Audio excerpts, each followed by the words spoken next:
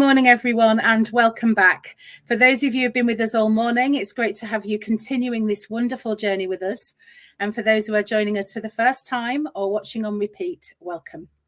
Today is a very special day, the National Day of Arts in Care Homes, the 6th National Day. This is a day to celebrate the powerful role that creativity and the arts play in enhancing the lives of residents in care settings across the country. At NAPA, we are strong advocates for the transformative power of the arts, and this session will focus on the most important of those art forms, in my personal view, music. Music plays an essential role in care homes, especially for residents living with dementia. It creates connections, stimulates memories, and encourages a sense of community. We believe that music is not just a nice to have, but a must have in care settings, as it has the ability to reach people on a deeply emotional and personal level.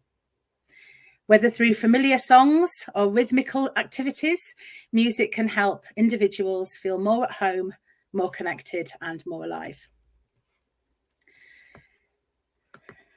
During this session, I will be talking to some very good friends of mine, Emma Hewat and Douglas Noble. Emma is the head of dementia at Kyn, and Douglas Noble is the strategic director at Live Music Now. Are you both there? Would you like to come and join me? Hello. Hi, Hilary. Hello. How are you both doing? Very good. Very good. Nice to see you both. Thank you for being here. I'll start with you, Douglas. Do you want to just tell us a little bit about who you are and about Live Music Now? Absolutely. And thanks for inviting us on, Hilary. It's lovely to be with old friends and long-standing partners working in bringing arts and particularly music into the adult social care sector. So my name is Douglas Noble. I'm the strategic director of music in health at Live Music Now. We're a national charity working across England, Wales and Northern Ireland. A social impact charity bringing social impact through music. We do that through bringing about lasting social change, harnessing the connective power of music. We do that through supporting musical lives of people experiencing challenging circumstances, disadvantage or social inclusion. We develop training to support the workforce, both musicians and non-musicians, to bring about those outcomes. And we advocate and evidence the transformative benefits of live music on people's health, well-being, development and learning. An incredible organisation, I have to say. I mean, that was quite an intro. You absolutely do incredible things at Live Music Now, and we are very blessed at NAPA to call you one of our partners. I think we've had a long relationship, haven't we, NAPA and at Live Music Now. And one of the things that I think I'm always really grateful for with Douglas is that he's always willing to have a chat about it. Let's talk about it. Whatever mad idea we have, let's talk about it and think about how we can work together. And that's music to my ears. There you go. There's the first music pun of this session. Absolutely. And Emma, would you introduce yourself? Well, I can't be as grand as Douglas in my introduction, but yes, my name's Emma Hewat and I work for Kyn. Kyn is a relatively new London-focused collection of care homes. And I lead on dementia care, which we specialise in at Kyn Bickley in Kent. If you're interested in finding out more about what we do, whether that's coming to work with us or coming to live in one of our homes, then please visit Kyn, which is kyn.co.uk. Thank you, Emma. And I have to say, such a beautiful home at Bickley. It's so lovely to be able to go and look round a home where every element of design for people with dementia has been considered. I really have to say I've never been to a care home quite like it, and I've been to many. So and your doors are open, aren't they? So if anybody wants to go and have a look at this fantastic environment, please do get in touch with Emma. And of course, music's played a very important part in your career as well. I know that you've been involved in music and the arts for a very, very long time, and you've brought that passion with you to Kyn. So we're going to hear more about that as we chat. So Emma, can you just say a little bit more about the positive impact that kind of music has on mood, really, and emotional well-being of the people that you support at Kyn? Yeah, I mean, you're right, Hilary. I've been involved in music projects for a number of years in lots of different organisations, most notably in Music for Life, where I really learned about the transformative power of music and improvised music in particular on the well-being of people in the later stages of dementia, and also for team members as well. You know, listen, you said a little bit in your introduction, but listening to and enjoying music is a universal experience, and music and memory are connected. Music can light up emotional memories. Everybody remembers songs from their past. You know, music can invoke the first kiss, the song at a wedding, seeing the parents dance, and we often use music to remember people at funerals very movingly. And there's a growing body of evidence on the difference that music-based interventions have on people living with dementia. So at one end of the spectrum, we've got evidence that tells us that playing a musical instrument can reduce the likelihood of developing dementia by 36%, reduce your chance of developing dementia or mild cognitive impairment. Music-based interventions can help people with dementia come to terms with their diagnosis and condition. But also music-based interventions can improve thinking, feeling, perception, mood and behaviour, and it can help people with dementia express themselves and communicate with others.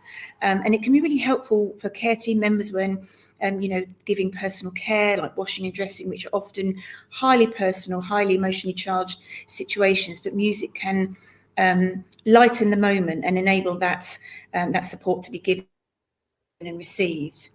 You know, music therapy is cost effective in dealing with agitation in care homes. There's lots of research that tells us about the benefits of music that's been prescribed versus antipsychotic medication, and the benefits it can have on reducing agitation and distress. Music can help maintain speech and language. It can help at the end of life. It enhances quality of life, and also it can help manage pain. So there are lots of things that music can do. I mean, essentially, music-based interventions are more effective than other therapies. And I want to bring music to my care homes, and I want to bring music to the lives of the people with dementia that we're supporting, which is why we've worked with live music now in the last year or so.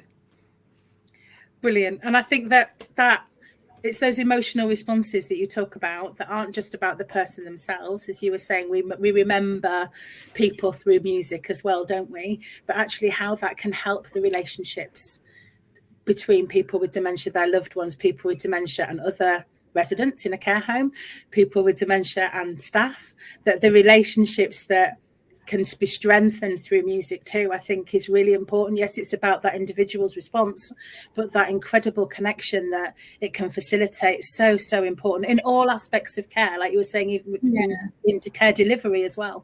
I mean, I remember when I worked on a Music for Life project many years ago, and in those situations we were bringing team members as well as people living with dementia together in the sessions, and I remember having a debrief with a team member afterwards.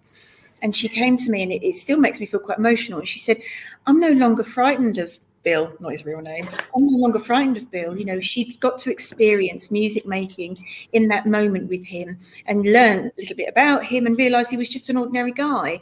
And you know, when he then wanted to go out in the garden and have a cigarette, and other team members were saying, why are you taking him out? He's really difficult. And she said, no, he's not. He's lovely. And I'm not frightened of him anymore. And I always remember that story. And that's from way back. It just helps with those connections. Yeah. Thank you, Emma. Douglas. Sorry, go ahead. No, good. Oh, good. I know you've got loads and loads of examples of how music's made a difference. Can you share any from your own personal experience? Absolutely. And, you know, Emma set it out so clearly that idea of music as something that can be an essential, embedded part of the day-to-day living and caring experience within dementia care. Of course, it's a really important element of fun and entertainment and having a good time together, but all those other things that you really clearly talked about. So I'm going to talk a little bit about an example of around music being used by a care team to support someone to settle into a new space. So a care home that we worked with, where we went in and delivered a residency over a period of months, where we were going back regularly, and they had a kind of small choir that they were already doing like once a week. And we went in and joined in with that to support the kind of development of that, the skills of the staff to lead the choir activities, but also to expand what was happening. And there was a new person in the home who'd recently arrived and was only really able to sit in one chair in the space. she was living with dementia. She was very disorientated by both the new space and also the transition out of her home. And they really wanted to involve her in the choir. So the chair that she sat in, helpfully, was quite near the space where the singing happened. And so they left the door open, and bit by bit, with the support of the team, who understood her really well and was supporting her transition, she was able bit by bit to inch forward and become part of those sessions. And then by the end of the series, she was the one that was not only first in the room for the choir activities, but also going around the other rooms to make sure people were not missing out and getting there. And so that sort of idea of a kind of a complete, someone moving from being in a position of confusion and disorientation and stress in the moment, but also over a period of time towards being empowered and feeling a sense of their identity being reflected and being able to communicate. It was a very powerful experience.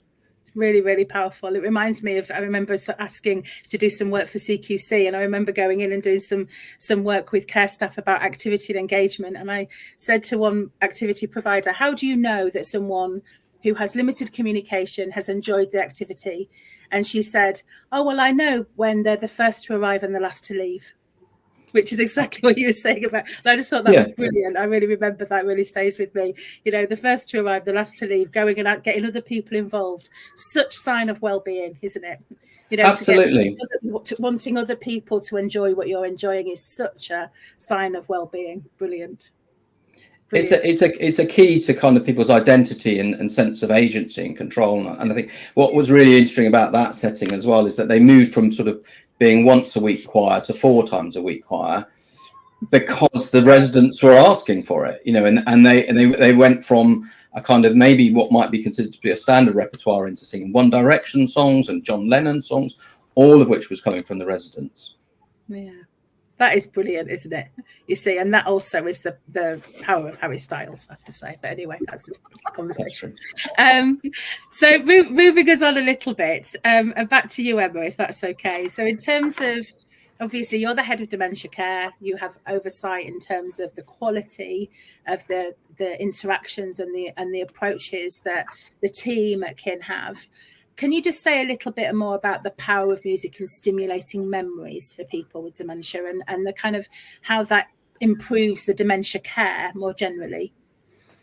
Well, you know, there's a lot of evidence, increasing evidence, that musical memory may be different to the kind of day-to-day memories that are affected by dementia. And we know that people living with dementia are much more able to remember music they enjoyed between the ages of, say, 10 and 30. And so listening to or engaging in music, for example, by singing or dancing or playing instruments, can help people with dementia develop and maintain relationships. And that's what we've been talking about, isn't it? The connections and building relationships and improve their well-being. So it can help them to express their feelings and ideas verbally and non-verbally. It can act as a prompt for reminiscing, which we know in dementia care is an incredibly important part of our toolkit. It can help people to tell a story, to share their personal history, and also encourage physical activity, dance or movement. You know, it can help people to connect with their past by evoking memories, feelings and emotions that might otherwise be really hard to express. You know, we know that people might be able to find it easy to recall memories when they hear pieces of music that are significant to them, perhaps a favourite song from the past, or listening to a lullaby they used to enjoy as children.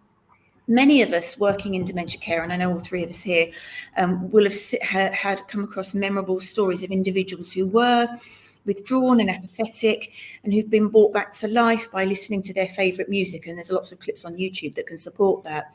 And studies have shown us that listening to music lights up the brain in many places, reaching the parts that other forms of communication just don't reach. And then, of course, the shared experience of listening to music and the friendships that we've said that develop can have a positive benefit to residents and team members, encouraging social interaction and, more importantly, reducing social isolation.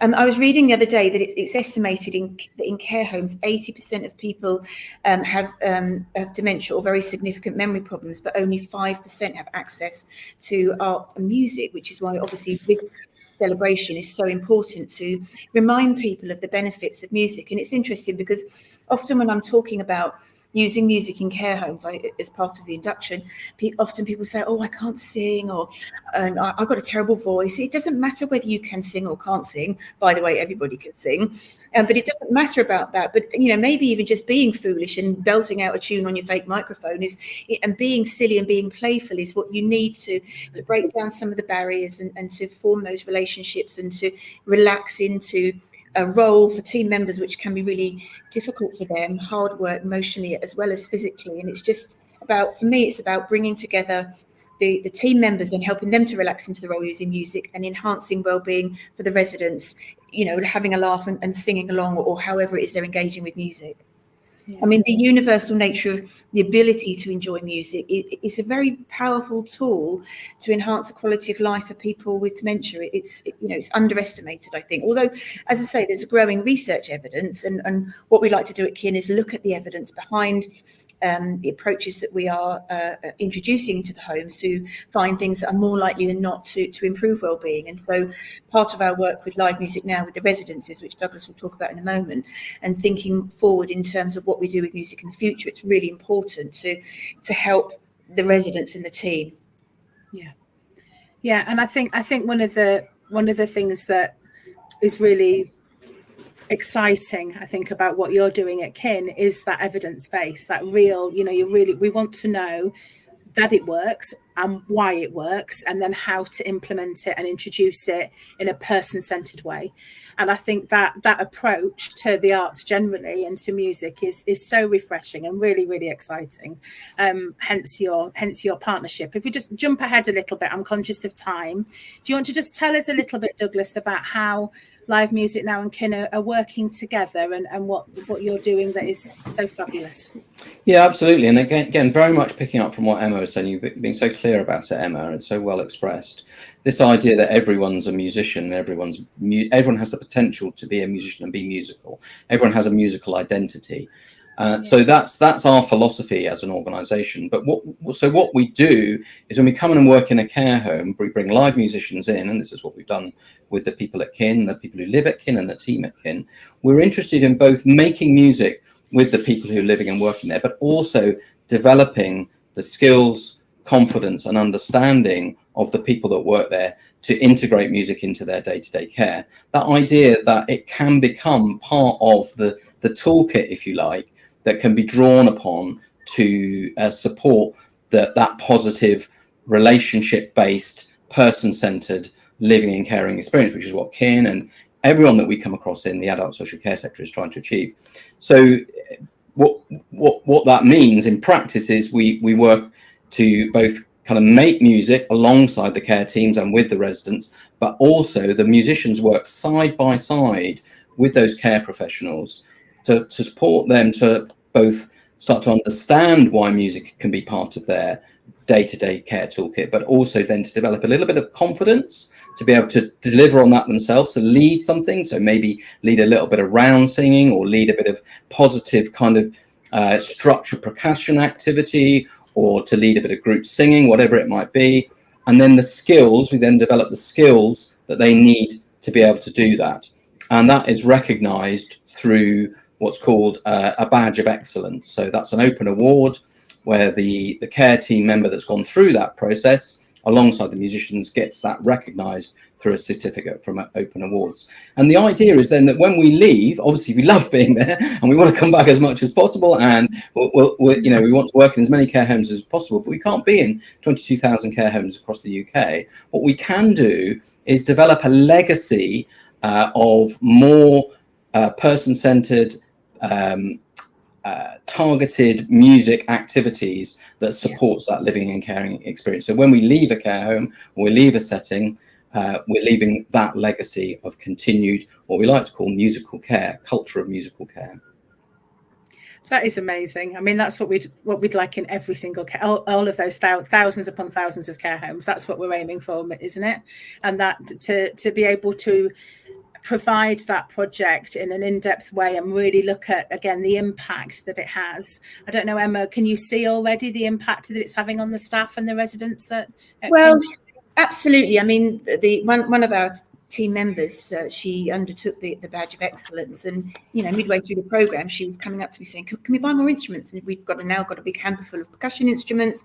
And what I noticed with this particular team member, it improved her confidence. She was always already had a lovely way with the residents, but it improved her confidence in not just one-to-one, but also group work. She blossomed really, and she really enjoyed those sessions. And so, you know, she was delivering her own musical sessions when the project ended, and it was just such a pleasure to see her grow and develop through the use of music. It's wonderful. That's amazing. I think that probably takes us to time. Thank you both so much, Emma and Douglas. Again, we're just going to have a day of talking to people who love what they do, and it just comes through you. It's just amazing. Thank you both so much. Your insights about the impact of music in care homes, and I think what I really am taking away is that it is about the activity, but that ability to build the confidence in the care and activity teams to thread music throughout the day. Music is key, says Jana backstage. I love that. Thank you for that, Jana. Absolutely. So before we wrap up, just for those of you who are watching, a reminder, please, to register your events, your activities, whatever you're up to today. Please let us know what you're doing. Please share across social media, tag us in. Tag Live Music Now in, tag Kyn in. You know, they want to know what you're up to too. It would be let's kind of join this movement, and let's share what we're doing and the impact that it's having on the people that we're working alongside, the teams that we're working with, but of course the residents and their families too. Up next, I'm very excited for this. Up next, we've got a Songhaven concert, which will be streaming at 12 noon across our channels. A lovely opportunity to hear some fantastic classical voices, some beautiful singing voices at Songhaven. We really, really hope that you'll stay around and you'll share the concert. It will, of course, stay on our channels, so you can watch it later with your residents too, if you're busy doing things just now. But for now, thank you both again for joining me, and we'll see you all soon. Bye. Thank you. Now. Bye-bye. Thank you. Bye-bye. Bye. Have a good rest of the day.